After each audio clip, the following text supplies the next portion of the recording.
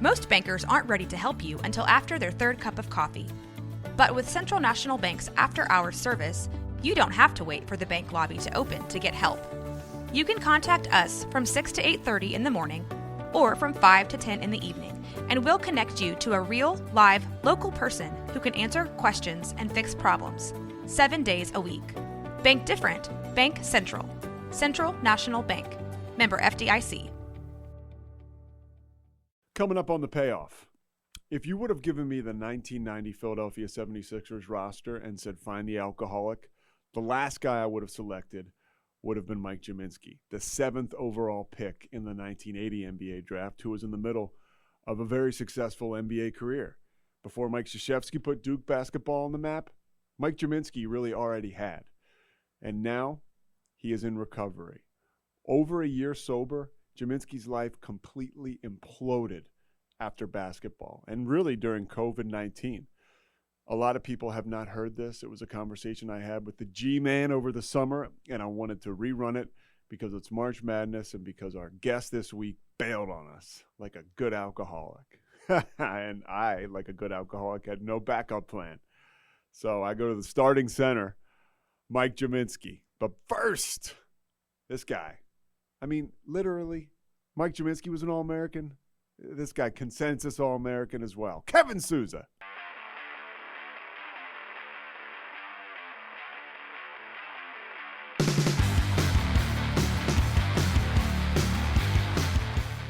Yeah, Mike Gminski. yes, Pete. Hey, man, what's going on?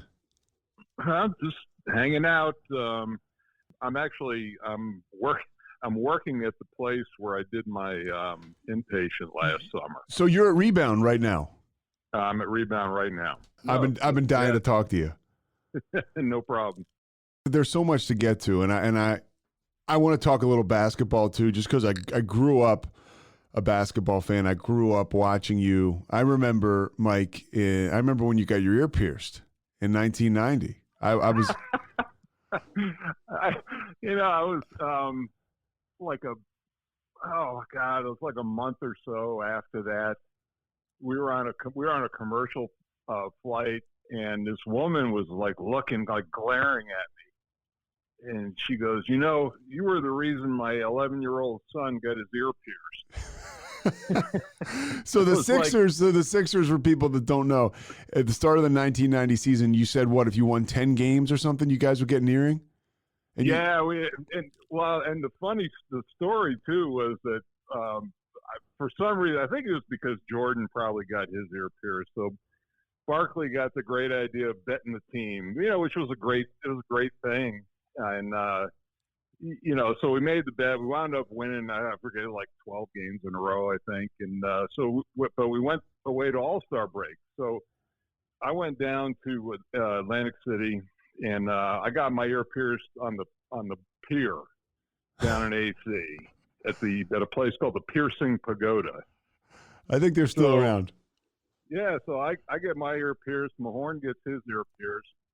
Barkley comes back from the All-Star game, no ear pierced. So we drag his butt over to the mall in South Jersey and sit him down in a kiosk and get his ear pierced. And so we're going out to playing Golden State, and it's not long after we had all this stuff done. So we came up with the bright idea of putting Band-Aids over our earlobes because you couldn't wear jewelry. That's right. So Jess Kersey was a referee, and we were in layup lines, and he comes over to me and he say, "Mike, I saw that story in the paper about you guys getting your ear pierced." And I said, "Yeah, Jess, it's a pretty cool thing." And he said, "Are you wearing them right now?" And I got this look on my face like, yeah. And he said, "Well, you all have to go in the locker room and take your earrings out." So we went in, and for anybody who's gotten their ear pierced knows you got to leave the stud in for like 6 weeks. Yeah, or you ruin it. It closes back up. And that's what happened after the game. So the whole rest of the year, our trainer basically had to re-pierce our ear after every game. And you put them back in after every game? Oh yeah, absolutely. I wasn't going to go through all that and then have it close up. That team, that 1996ers team, you guys, and I won't, for people that are listening because of sobriety, we'll get to that. But that was, you guys flirted with great success. That team, you guys won the Atlantic Division. I remember the night you guys beat the Pistons at the Palace in the regular season. I think to clinch the Atlantic Division, you got into a fist fight.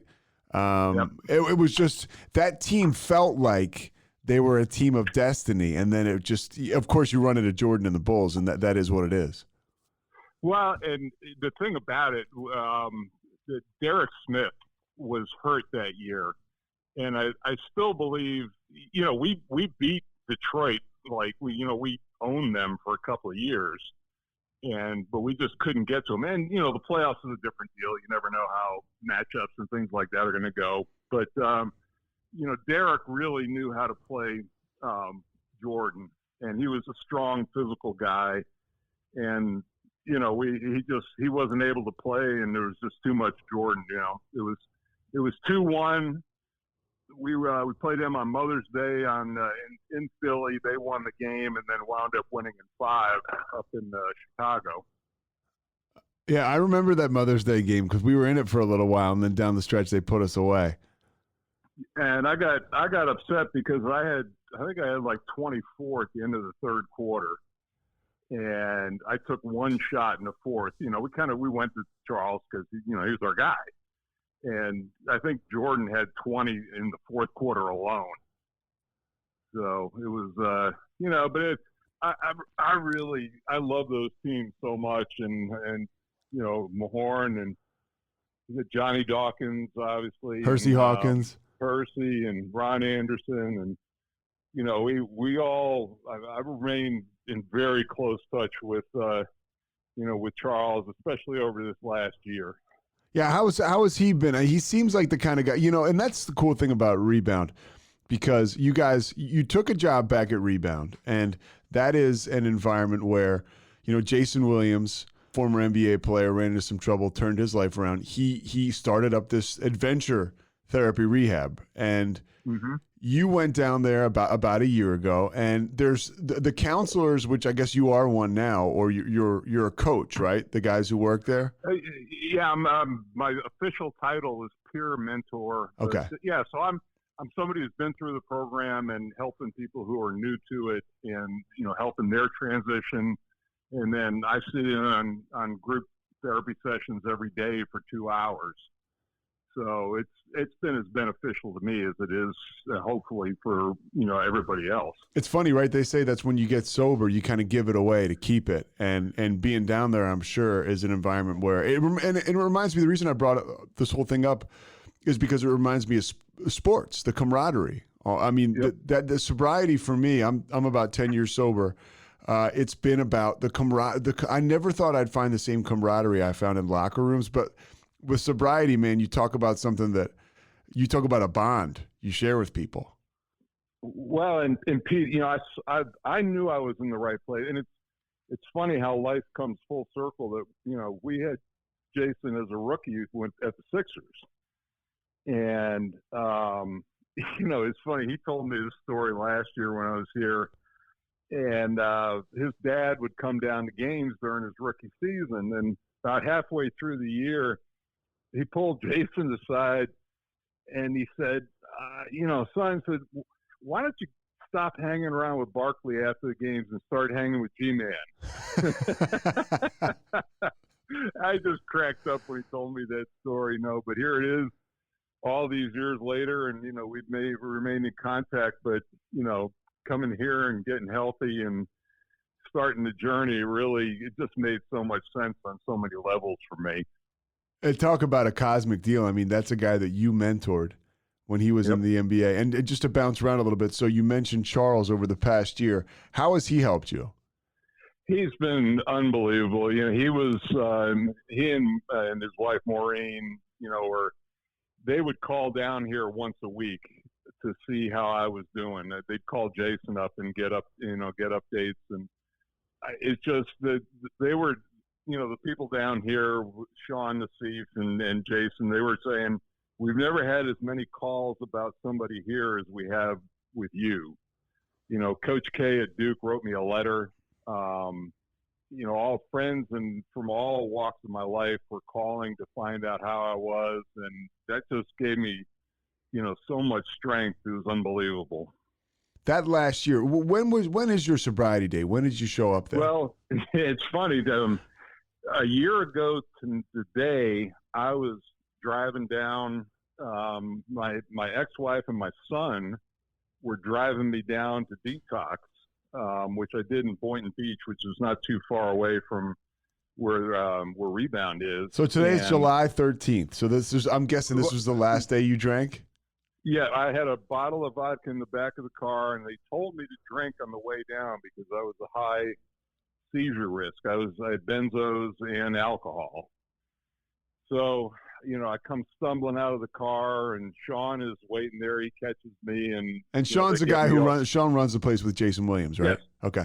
Yeah, and I'm Sean Nassif, and I've been working closely with both of them here, but But they got me into detox, and I was such a high risk that they had I had somebody in my room 24/7 for 6 days, and then medical staff was checking me every 4 hours because I was a fall down risk as well as a seizure risk.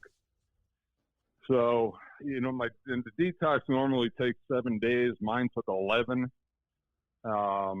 And then I went to Rebound after that I initially was going to go for 30 days, but we all felt that another 30 would be really beneficial. So I wound up staying for 60. Which is a great move. I mean, for me, I ended up going long-term care. I went to a rehab called Cairn in Pennsylvania, and then went to like an extended care place, a halfway house after that. And that to me was one of the pivotal moments because it's just another 30 days or another couple months for the rest of your life. Well, and it's funny you say that. And I look at that as probably the most beneficial of my stay. Like I said, toward the end of that first 30 days, they said, we think it would help you to stay longer. And I was really fortunate that, my broadcasting season wasn't going on, so I could really concentrate and devote as much time as necessary to that process. And that extra 30 days was invaluable, Pete. I mean, it set everything that I had done in the first 30 days, really gave it a firm foundation. Nothing surprises me in sobriety, right? Mm-hmm. But I'll tell you, when I was watching the HBO Real Sports where they featured Jayson Williams in Rebound, and you appeared on the screen, I was surprised. And it's one of those, and I'm sure a lot of other people in your life, maybe from a distance or fans of yours, were surprised. I mean, I watched your work as an analyst with CBS and doing stuff with Raycom and the ACC, and I knew your career as a player, and you were always, I think, polish is a word that people would associate with you. Yeah, and I appreciate that, but I just had life threw a bunch of haymakers at me. The biggest one being the death of my fiance Sarah 6 years ago when she was 32 years old at the time, and that just put me over the top. And my drinking, I was grieving and drinking, and I was able to function for a few years, but finally got to the point, especially the thing that put me over, Pete, like a lot of people in this country, was COVID. Yeah. And we had to stay in place in Charlotte and North Carolina. And I was basically in my apartment drinking and passing out and doing the same thing every day. Was your son Noah, does he live down in Charlotte or is he? Yeah. He was with me. He was living with me. He was in the front lines of all this. And he was the one who actually got the intervention that I had, that, quote unquote, moment of clarity. Yeah. And I had friends about 4 years, my teammates at Duke saw me and saw that, they gave me some time to grieve, but then they also saw that I was really heading in a bad direction with my drinking. And they tried an intervention then, and I just, I gave them the Heisman, the stiff arm, and I just Sure. said, look, I know there's something here, but I can handle this. You know, I mean, you know all the all the line. I wasn't ready at that time. But when Noah, it was a Zoom intervention. I was about to ask that. Yeah. Yeah, it was a Zoom intervention. I'm sitting there and I'm drinking. I got a vodka on the rocks and some water, and I'm watching TV. And my son, they came walking in and they put the computer and said, "Dad, we want to talk to you about something." And Sean and another gentleman down here, Chris Penn, he was here at the time, led this intervention and started talking to me about Rebound. And pretty early on in the process, I said, let's go, I'm in. And the thing that I did, which they said hardly ever happens, they've never seen it before. When that Zoom was over, and my son Noah is like the weight of the world was taken off his shoulders. And over the next couple of days, I called about 15 or 20 people that I was really close to and told them that I was coming down to Rebound, to address this. And what that did is made me accountable. Yeah, the accountability starts up early on. Yep. Somebody who does that means business. Yep. And they had not heard of anybody doing that down at Rebound. And then you get the people who get the intervention and they say what people want to hear. And then, all right, I'll be down the end of next week. And then the end of next week turns into the end of the month. And, on and on it goes. But I made the decision and committed to it. As an elite athlete, you're first team All-American, you're 7th pick in the draft. And I've heard John Lucas say it's hard for elite athletes to admit that they can't conquer this liquid or these pills.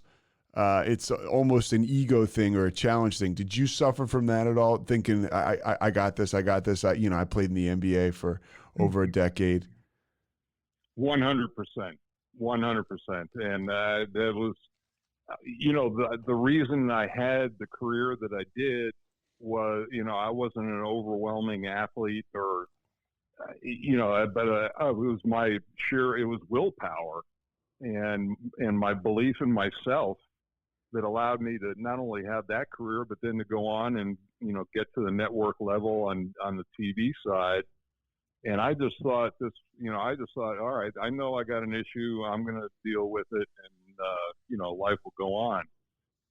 And, that didn't happen. Let's go backwards. When you're growing up, you grew up in Connecticut. Mm-hmm. Was there any drinking as you started to excel on the high school level? You start to get recruited. Was there anything in high school that you look back on now with the knowledge you have with your issue? Oh, yeah. There was. Yeah, definitely. Yeah. No, I was, and it was, it was a suburban / rural area. Monroe, Connecticut was where I grew up, and just north of Bridgeport, in Fairfield County. But I was a freshman, starting on the varsity. So I was hanging around with the big boys and going to the same parties. And so I started drinking when I was 15 and started drinking beer. And it was, it was at parties and on the weekend and stuff. And, there were drugs at my high school, but to their credit, nobody on the team ever pushed me to do any kind of even marijuana or anything like that.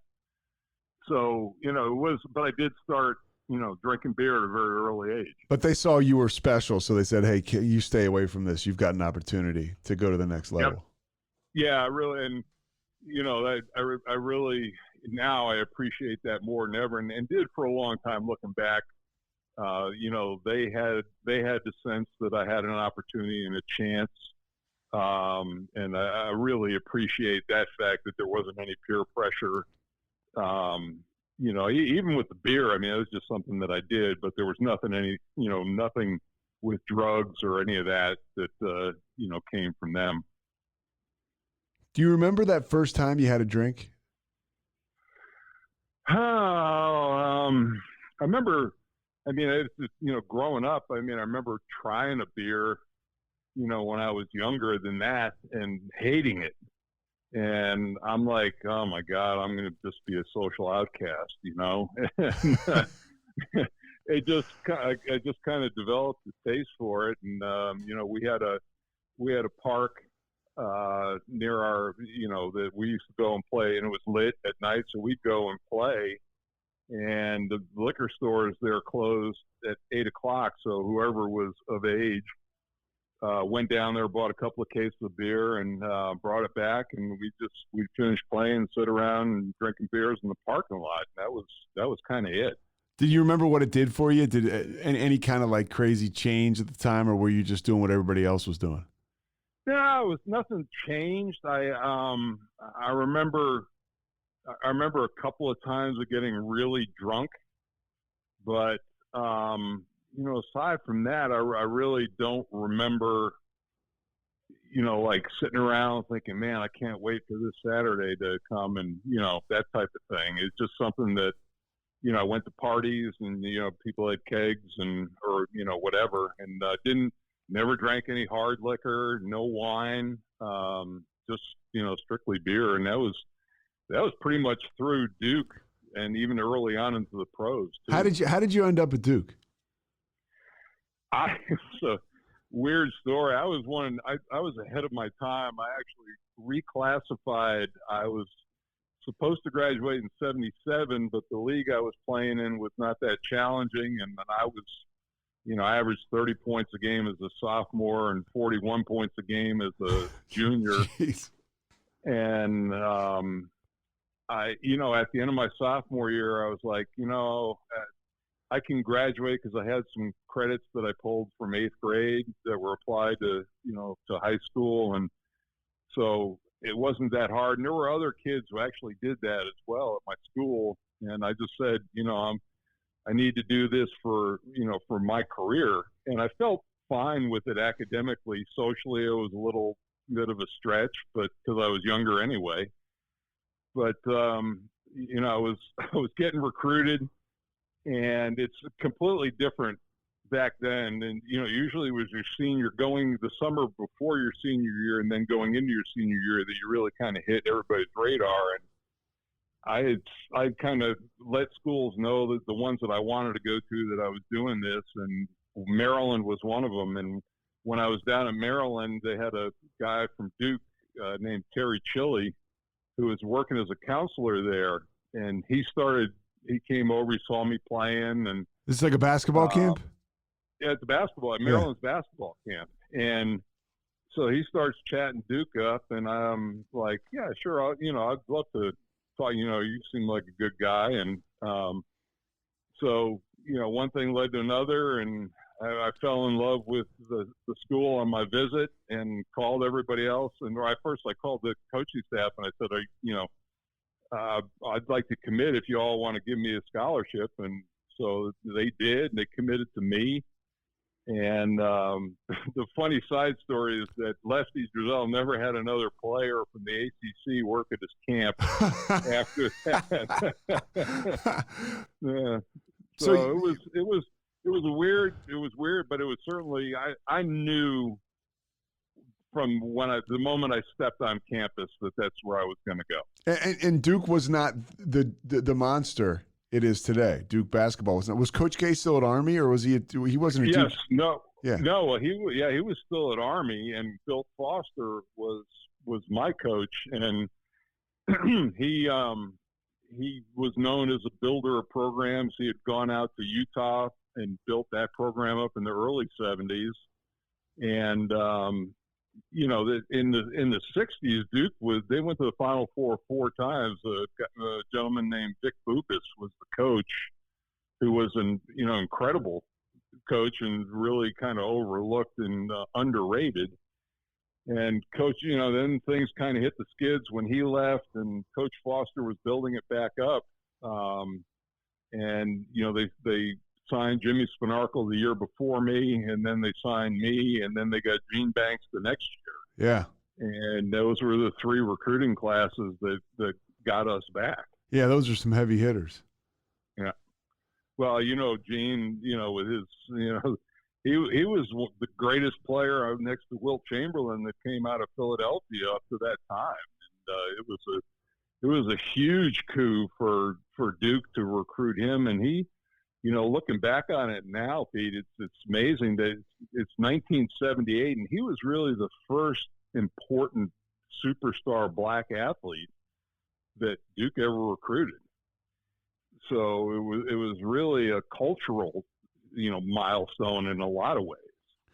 And, and that and he and Kenny Denard came in the same class, and Bob Bender transferred from Indiana, and John Harrell transferred from North Carolina Central right now, and that was the core of our team.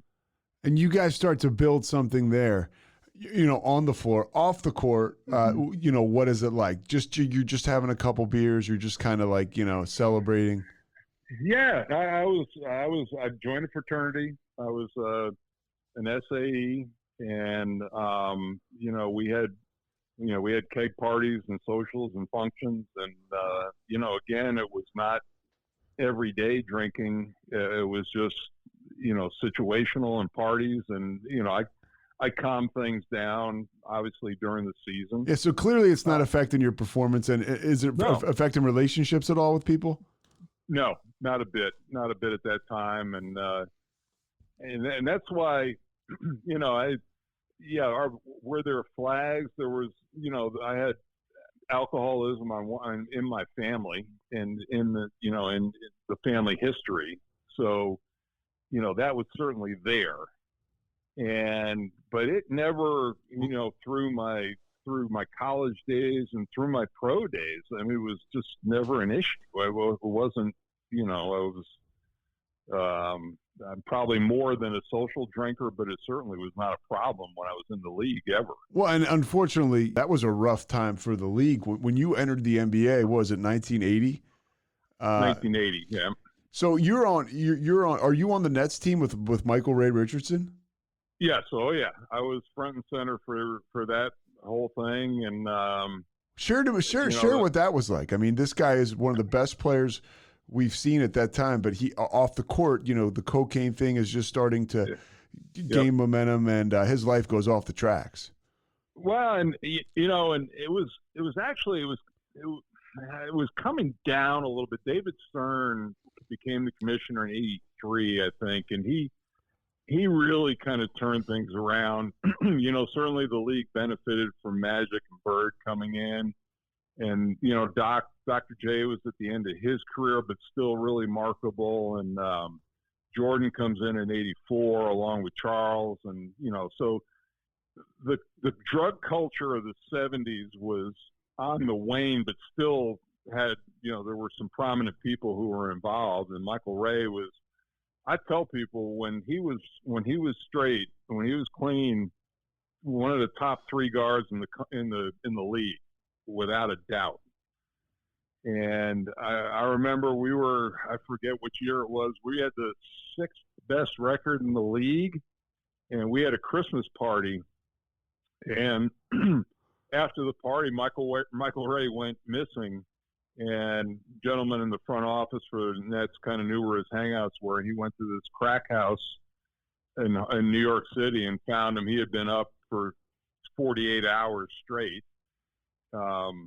Went right into rehab after that, and we tanked. The season went south, not long after that, but he was such a gifted player, and a good guy, basically, and he's gotten his life turned around, and he's clean right now, as far as I know. Yeah, that's pretty awesome. I mean, and it's, he was a good guy. A lot of us are. Yeah. Yeah. You just got this thing, this monkey on your back that you can't shake until you admit that, it's something you need help with. What was that like for you to enter the NBA during a time like that? Yeah, and the culture wasn't that overwhelming because I wasn't predisposed to drugs. Again, it was mostly beer at that point, and I struggled my first few years in the league just because physically I was not close to where I needed to be to compete, bulk wise, right? Yeah, strength, bulk, because I went from college to playing against grown men. Yeah, and that was back in the era when centers actually existed. Yeah. I'm playing against Dave Cowens and Wes Unseld and Bob Lanier and Kareem Moses and Parrish and Moses. You go right on down the list, and it was a bitch every night. And you go from that college season to 82 games, and my rookie year I wound up having surgery after 50-something games and got shut down. But it took me until the end of my third year before I really felt comfortable. What was it like flying commercial, being 6'11"? Well, what they used to do was the schedule would come out, and it was bare bones. I mean, we had a trainer. We didn't have. I'll show my age here. See, when we went on a road trip, we would, like, if it was a long, we're like 6 games or so, we'd get 2 sets of uniforms, and we had no equipment manager. And we were supposed to wash our, play a game, wash the uniform that night after the game, hang it up in the bathroom, go on to the next place, wear a clean uniform, and then wait for that one to dry out. And some of the guys weren't diligent in their washing of their uniforms. You had to wash them? Well, yeah, we had to wash them in the sinks in our hotel room. Or take a shower in them, one of the two.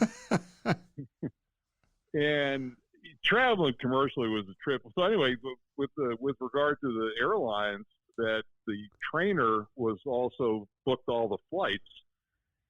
So he would meet with the coach, and they'd talk about where they would, they'd look at the schedule and say, all right, we need flights here, just go through a whole year. And he would go to his travel agent, and they'd buy tickets then. They'd buy all the first-class seats that were available. And if that number didn't add up to 12, then it went by seniority, who sat up front. And, the rookies sat in the back. And what they did was, they'd buy a row with 3 seats in it, and they'd buy all 3 seats, but they'd only put 2 of us in a row. Okay. And we'd kind of angle in and, try to fall asleep on that trip, because the rule was, if you were playing a back-to-back game, that you had to take the first available flight out to your next city. Yeah, it's funny. I heard that they did that because of some of the stuff that was going on in the 80s. I remember hearing that. Bernie Bickerstaff said that, and I remember he mentioned that the play was so poor that morning you took off and you played a noon game, guys would play terrible. Well, this is, if you were a bookie and you had any sense at all, you looked at the schedule, you could cherry pick. The worst one that I had that I remember was my rookie year. We played the Lakers, and my rookie year we played down in Piscataway while the arena was being built in Jersey. Okay, yeah. Yeah. So we're playing down at the Rack, and where Rutgers is, right? Yeah. And we play the Lakers, and we get up the next morning, fly up to Detroit, and then play Detroit on Saturday night. And then we get up and fly to Washington and play the Bullets at 1:00. Oh. So we get into National, and we bus out to the Cap Center, and so everybody falls asleep on the locker room floor and takes a nap. We got up, took showers, and went out and got drilled by like 40 points, something like that. Clearly, for you, it wasn't kind of a huge issue at the time, but some of the guys are partying and drinking and doing drugs, and it's like it's just sloppy play. The product was really poor. Yeah, and I think that, and Stern saw that, and I think they did away with the 3 games in 3 days that next year, or not long after that. And that was just a brutal thing, especially having to fly commercially. And fast forward, we're talking about my time with the Sixers. Well, the Pistons were they were the very first team that chartered, and that was such a huge advantage over everybody else, and that really helped them in those back-to-back championship years. Hey, was there any drinking on the commercial flights? Yeah, first class. You'd have. I remember we had our trainer with the Nets. Fritz Massman was like my second father during my early years there, and he used to drink. He'd have Cape Cods. He'd call the vodka and cranberry juice, and we had some guys who'd sit up in front of class who didn't drink, but they would always get the little airplane bottles of vodka and put them in the air sick bags. And if it was a long flight, we'd run them back to Fritz, and he would have the cocktails. So, that was a funny side story of that. But I don't ever remember anybody really getting torn up on a flight out to from this. If it was going to happen, it would have been out if we were going out to the West Coast. Yeah. So how was it? Excuse me, when you get to the Sixers and you're mentoring a guy like Jayson Williams, you got guys like Rick Mahorn, and you got these big personalities, guys that like to have fun. What was that experience like? It was the best. I mean, Charlie, he tested me early, and I kind of went right back at him. And, that was a team that bonded really quickly. And Mahorn was a big part of that as well. And those teams probably as closely, mimicked my Duke teams as far as relationships were concerned. I had great friends in Jersey, and Michael Korn and I are still dear friends. And Buck Williams, who I talked to, he saw the feature on HBO, and he reached out to me he just wanted to make sure I was doing well. And Buck was so underrated, so underrated. He was, and just an awesome teammate and an awesome guy. And it was so good to catch up with him. Albert King was wonderful to play with. We had good guys on that team. We just, we had our super, and after Michael Ray left, it was Orlando Woolridge who had problems, with cocaine, and he was our best player, during that time, and just always got sabotaged by that. But the Philly teams were awesome, and winning that, you talked about that year winning the Atlantic Division, it was really special. So when did it for you? When did the alcoholism start to kick off? I mean, you get out of the league. You mentioned it really wasn't a problem in the league, and afterwards, when did you start to notice? Was it with the death of your fiance that you really or was it leading up to that at all?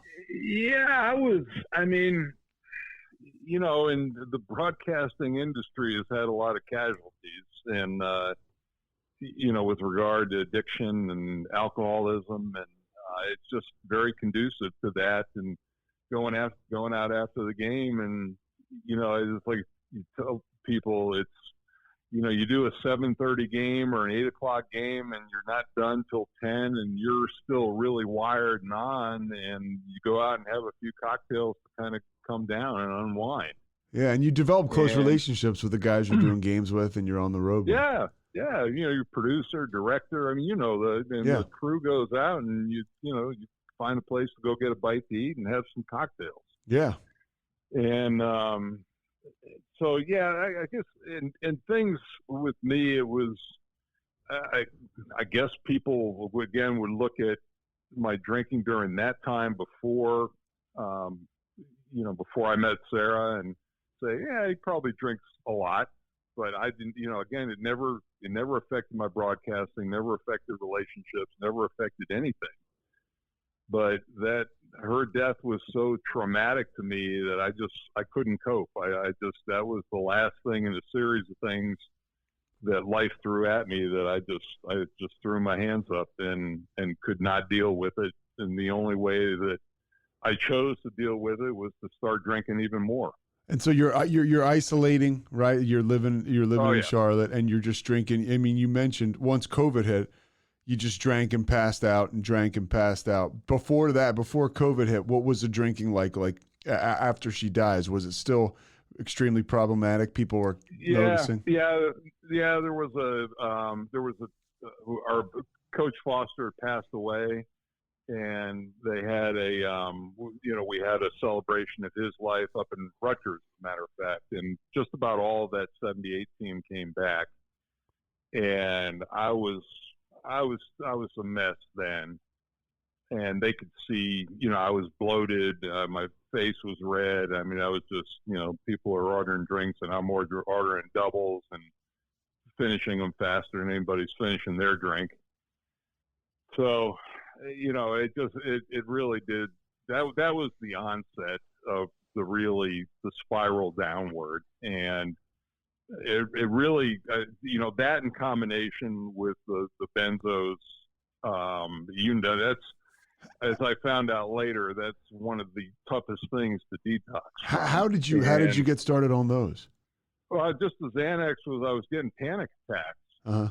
And I was, I was prescribed that, and I never really took massive amounts of it. But, obviously there's the warning on it, do not drink alcohol in conjunction with this. And I blew that out of the water. And, it got to the point where I was over a fifth of vodka a day.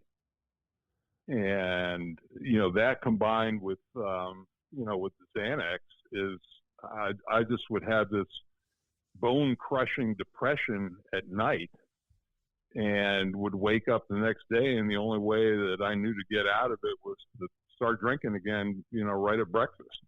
You never struggled with calling a game? No.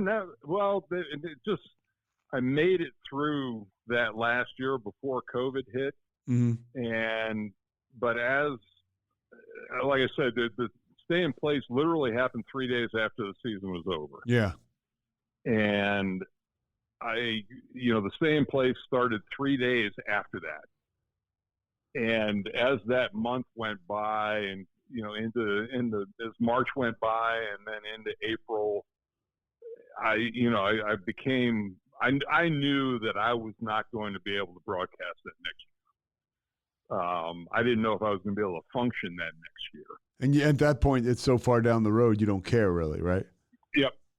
And, I was to the point where for, my own inability to ask for help, but with all the events that transpired with that intervention, I was desperately hoping that somebody was going to help me. Just, push me in the right direction or kick me in the butt in the right direction. And that's basically what happened. As an athlete, as a competitor, how much did it mean to you when you get the intervention and it's Jayson Williams and he says, you're going to come down here with me. And I would imagine that maybe hits you in a different way as opposed to having some therapist you've never met before at a rehab you're totally unfamiliar with. Pete, it was amazing how, when that Zoom call happened, this amazing sense of calm and peace came over me, and just knowing that he was going to be there to greet me and get me through this. And then the other thing, and these things kept on happening. Like when I got down here, I was seeing a physical therapist. And the guy who I wound up seeing was a trainer for the Knicks for years. His name is Mike Saunders. And, that just – I knew Mike from the early 80s. Yeah. And all these people kept popping up in my initial part of my recovery. And it was like God just put all these things right in place for me.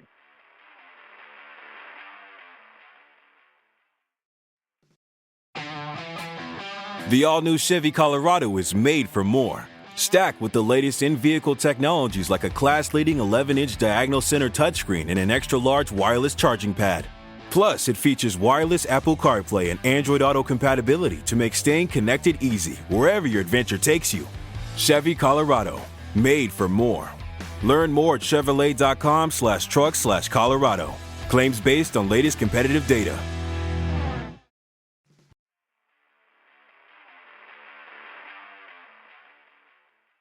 And so you get down to Rebound now, and it's adventure therapy. How does that grab you? I mean, you're 6'11", you're 60 years old, right? You're getting sober, and it's like, okay, now Jayson Williams wants me to jump out of a plane. Well, the funny part was that during the interview, they were, Sean and Chris were explaining what adventure therapy was all about, and Jayson, and they're saying, well, one of the things we do is go skydiving, and I perked up, and I said, there's no effing way that I'm jumping out of a plane, ever. So just put that aside. So, we went through that whole first 30 days, and then I committed to the next 30 days. About middle of that, they said, all right, we're going to take a drive. I'm like, all right, fine. And then I said, where are we going? And he goes, well, we're going out to the airport. I knew what was happening. And at that point, I just said, I was in the point of my recovery where I said, all right, I'm all right with this. Let's go. And that's what starts to happen, right? Yeah. And so I get in the plane. I meet the guy who I'm buddy jumping with, who's awesome. He had like 22,000 jumps in his life. Okay. And made me feel really at ease. So we're getting in this plane and we're circling up, and we go to about 11,000, 12,000 feet. And the door of this thing opens up, and then he says, all right, let's, get out on the little ledge there and get out, and off we go. And I just, the free fall was a little, I'm not lying. I was the happiest guy in the world when the chute opened. But then that sense that is really peaceful, I just caught myself looking around and said, man, this is really cool, just kind of floating down. And, we landed, and I hit the ground, and Jayson came over, and we each gave each other a huge hug. And Pete, it gave me the sense like I could do anything, and that's exactly what these things down here are supposed to do for people, to get you outside of your comfort zone, do things that you normally wouldn't do, and just see what the possibilities are. And sometimes it takes a minute, right? It takes 45 days or whatever, but when you're ready, it's a game changer. Well, and when I got in the plane and we're circling up, I knew because at the moment before you get out the side door to jump out, you got to give them a thumbs up or a thumbs down. And I was like, we were close to getting where we're, the drop point. And I was like, there's no way I'm going to land with this plane. I just wasn't going to do that. And so, like I said, off we went. And the whole rest of the time I was down here, and even today, like I'll look up at the clouds and go, man, you know what? I was up there and we went skydiving, and it's just a cool memory, and I'd do it again in a heartbeat. Absolutely. Walk me through a day down there. You show up there, and what started to work for you? I mean, because it's a whole new way of life. I mean, you're like I was like a raw nerve, and you're somewhere where you just kind of turn it all over. What was that like for you on a day-to-day basis? Well, throughout the detox, again, because of my, the seizure risk and all those things, I was medicated through all of that. And there's no way, it truly, if I tried to white knuckle it, there was a 50-50 chance that I would have died. Yeah. I mean, that's why they have doctors, they put you on those tapers, and there's a real good reason for that. Yep. And I knew that I couldn't just stop in my, in my apartment and say, all right, I'm finishing drinking right now. I knew I had to be in a facility like that. And so I go down there, and I'm taking sleep meds to get some rest at night. So I go through my detox, and I go, and Jayson comes and they pick me up. And so I come out to Rebound, and I don't have my sleep meds. So for the first 4 nights that I was here, I got 4 hours of sleep total. Wow. I got 2 nights of no sleep, 1 night of 1 hour, and then 1 night of 3 hours. And I started hallucinating. There was one night, I swear to God, I was trying to sleep, and I looked over, and Sarah was right next to me in bed. That's your fiance who passed away. Yes. And I tried to reach, and I couldn't touch her, obviously, but she was as real as if she were alive. And then I was hearing music in my head, which, talking to some people, that's not an uncommon thing either. But I was like pulling people up who were in Rebound and say, "Hey, you got to come up to my room and hear this music," and they'd come up and look at me like I had, two heads. Yeah. But I just had, I had visions, hallucinations, all this stuff, and so finally I got on some sleep meds and got into the rhythm of the program. But it's get up at 6:30 in the morning. We go have breakfast. We go to the gym and work out for an hour, hour and a half, and then go to whatever adventure therapy. They do wave runners. We have, there's golf, there's driving ranges, there's bowling, there's, skydiving, there's horseback riding, a whole list of things. And I guess you got to, I'm guessing, just to cut you off, you got to kind of learn how to fail in sobriety too. Somebody that's been so successful like you, because I would imagine, 10 days off all the stuff, the benzos and the alcohol, you're probably not hitting hitting it right down the fairway.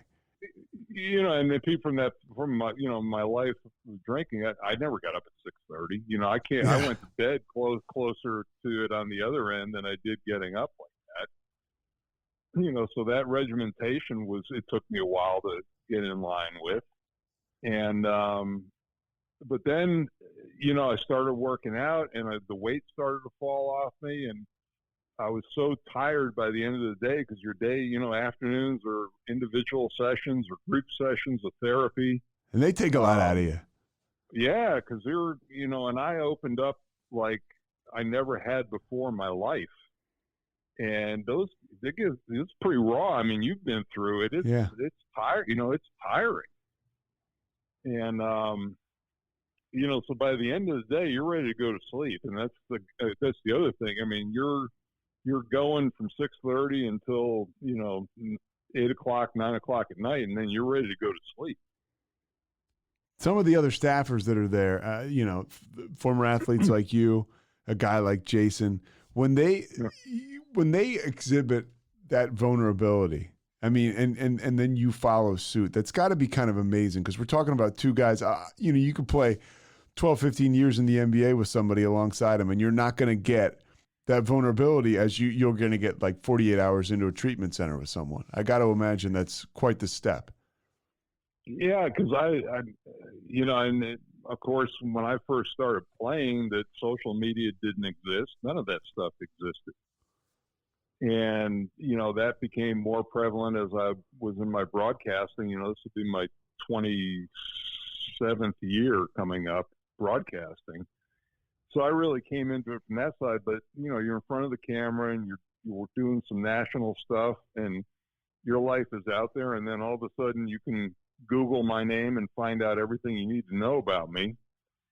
So, through in the cocoon here in the group sessions at Rebound, I felt completely safe of opening up everything, and then just got to be real comfortable with that. And probably the defining moment for me after leaving Rebound was, I had outpatient in Charlotte that I did from September until February of this year. And that HBO feature was really liberating for me. Yeah, I was about to ask you. Yeah. It was the first time that I'd said anything publicly about what I had been through in the last year.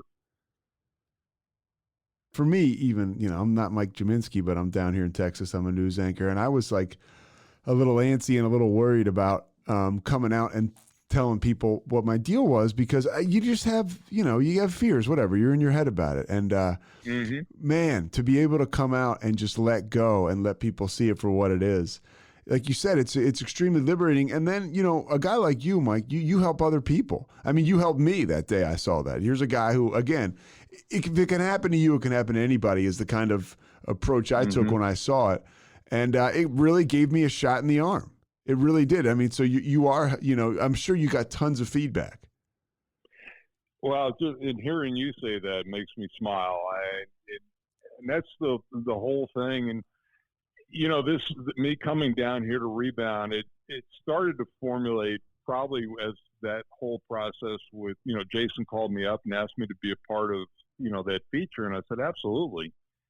And it's funny. I had like 5 or 6 people that my close friends who still check in on me, every couple of weeks to see how I'm doing. And without me even saying anything about that, they said, I really envision you being using your platform to help people going forward. And that just clicked with me with what I was thinking already, and then the whole thing came together with me working down here. But I've been really at ease doing things like this, speaking, on behalf of Rebound, or just being transparent. It's been empowering to me, really.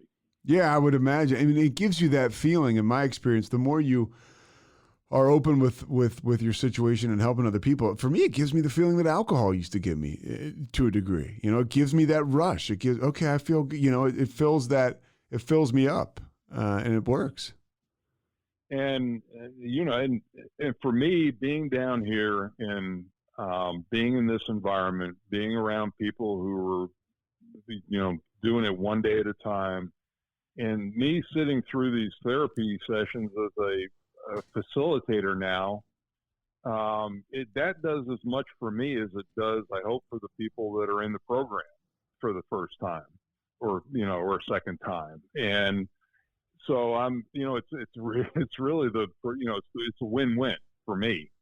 And, something that I can see myself doing for a long, long time. I mean, it's not often at 60, now that you get something new and fresh in your life that really energizes you. And this certainly has done that. What do you tell somebody who shows up down there and doesn't believe that they can get it or they can do it? What kind of experience, strength, and hope do you pass along? I think that people may be shocked that I'm as open and transparent as I am. And I don't do it for any other reason than to, there's no cookie cutter for this. I mean, you have your journey, I have mine, everybody has their own. There are things that resonate with all of us. There are, some things that resonate more strongly.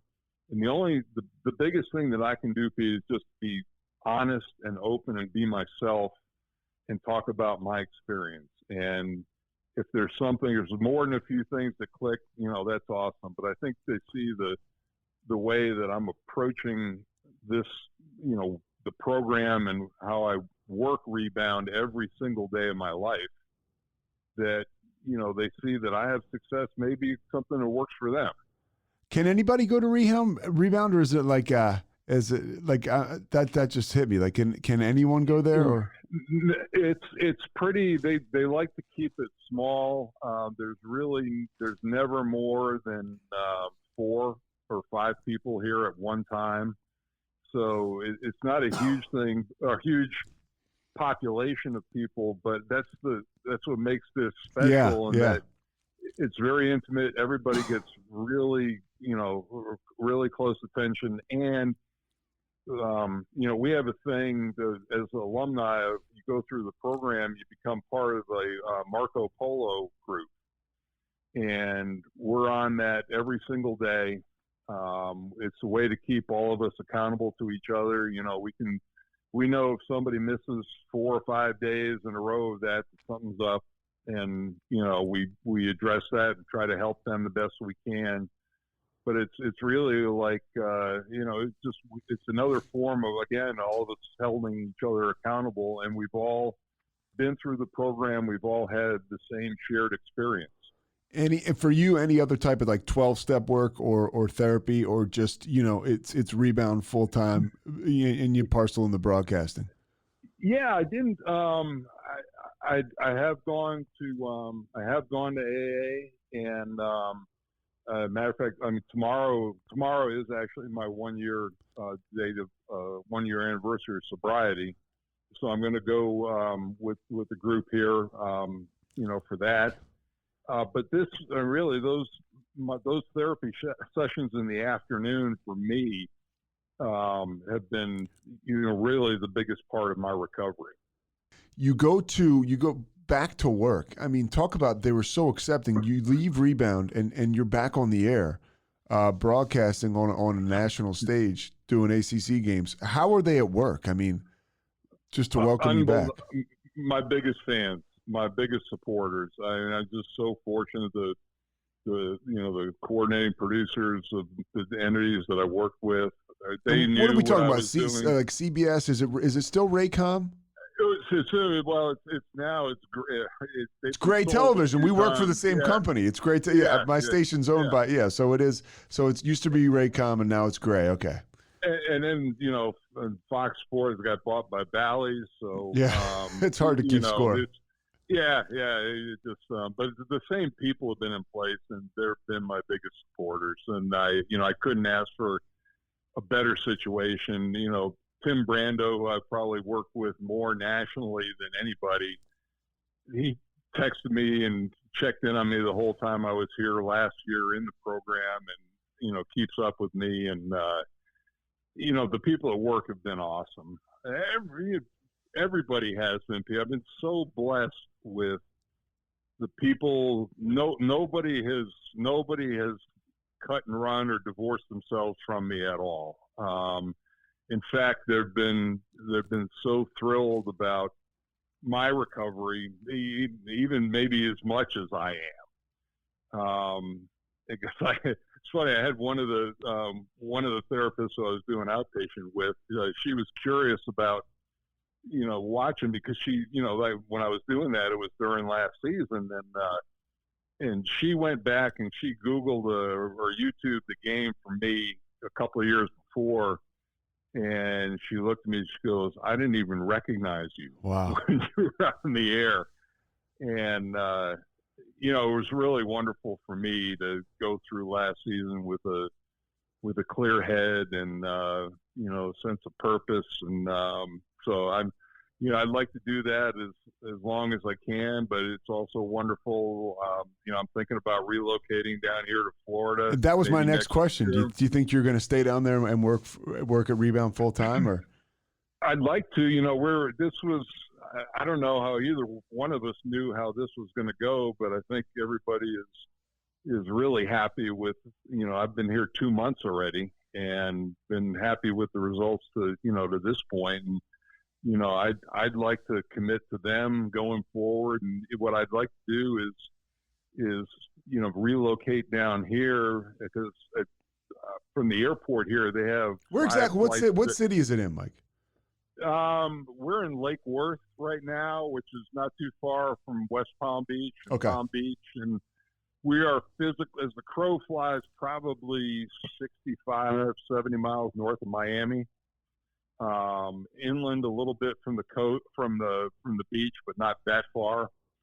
It's an 8-acre estate out here, and there's a guest house and 5 bedrooms in the main house, and I'm staying in one of those. I'm on site 24/7. So I'd get a place down here, and there's flights every day to Atlanta and to Charlotte, so I can connect and do my broadcasting from here just as easy. Yeah. And then I'd commit to more time here at Rebound. I could do it from April until November, and then do my broadcasting. And are you going to be broadcasting from those studios in Atlanta and Charlotte this year, or do you think you'll be back out on the road? No, you know what? Throughout last year, I was at every arena. I did not do a remote game one time. Wow. Yeah. How about that? That's awesome. So we went to the arena, and we were sitting up in the upper deck or wherever they put us to remotely get us away from the floor. But we were actually in the building. I've never had to do a game sitting in front of a monitor in a studio somewhere. Wow. Yeah, and it's funny, right? You're one of the few now that go on the opposite end of that. Yeah, no, I mean, like everybody's done. ESPN is, I think they've wired stuff into people's homes. Yeah, I mean, I know guys that I've worked with guys. I do spotting for football sometimes, and I do some baseball myself. The baseball, you get to go there in person, but some of the football, they would send the spotter. I would do it on site, and the broadcasters are back home. And I think we'll see more of that too. It's interesting to see what will develop going forward. That's cool that you were on site for those games. Last thing, where can people find you? Any like way people, if they want you to speak, they can locate you, or is it just get in touch with Rebound and go from there? No, I mean, they can. I'm on Facebook. I'm on Instagram. I'm on Twitter. There we go. Look at this. Yeah, so I'm on LinkedIn. What's your Instagram? It's just at Mike Gminski. Okay, there you go. Yeah, it's just Mike Gminski. All my stuff will, I'll pop up anywhere you want to look on those three, and then you can DM me, and I'll get back to you. But yeah, no, that'd be, I love to go out and speak and talk about Rebound and talk about my journey, and I think that's my calling going forward. I mean, you're certainly good at it, and it certainly is inspiring. And it's kind of a fateful thing that I was able to get in touch with Jill, and seeing you on Real Sports. It's just such a shot in the arm for people that are, because that day maybe I was having a rough day, and I saw you on. I was like, wow, and that's how this thing works. So I appreciate what you're doing so much, Mike, and I thank you so much for taking the time with me.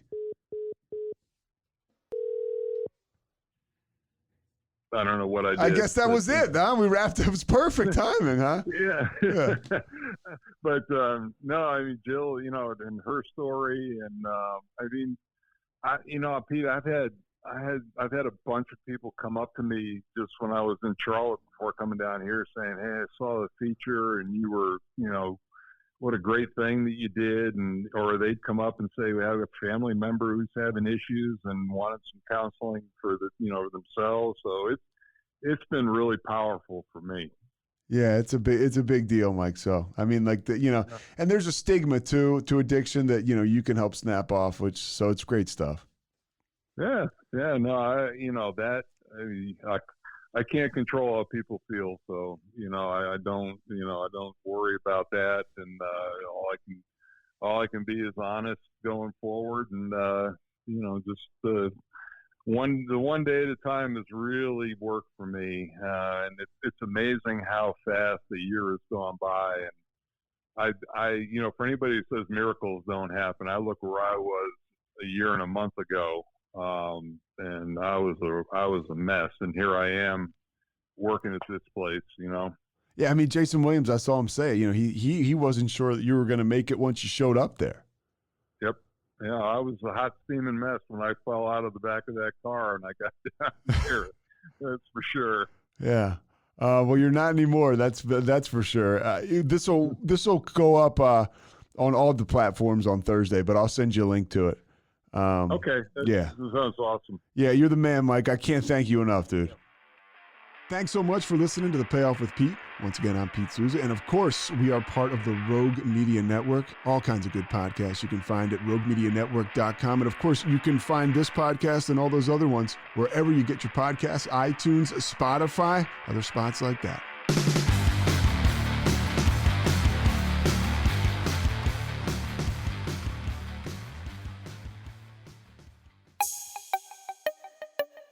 This has been a Rogue Media podcast.